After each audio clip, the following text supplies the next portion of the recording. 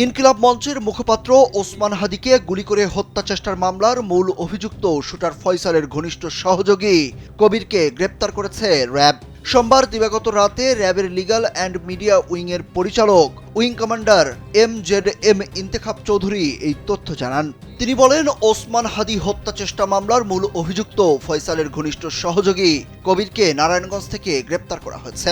র্যাবের পক্ষ থেকে জানানো হয়, হাদির উপর হামলার ঘটনার সঙ্গে জড়িতদের গ্রেপ্তারের লক্ষ্যে র্যাব 11 ঘটনার সঙ্গে সঙ্গে গোয়েন্দা নজরদারি বৃদ্ধি করে। Japan Bangladesh joint venture company JBS holdings limited এর ধারাবাহিকতায় গোপন তথ্যের ভিত্তিতে র্যাব 11-র একটি টিম 15 ডিসেম্বর রাতে ফতুল্লা থানাধীন পাগলা এলাকায় অভিযান পরিচালনা করে হাদি হত্যা চেষ্টাকারী ফয়সাল করিমের ঘনিষ্ঠ সহযোগী কবিরকে গ্রেপ্তার করে। প্রাথমিক অনুসন্ধানে জানা গেছে, গ্রেপ্তারকৃত কবির ওসমান হাদিকে হত্যা চেষ্টার ঘটনায় মূল অভিযুক্ত ফয়সাল করিম মাসুদের অন্যতম সহযোগী।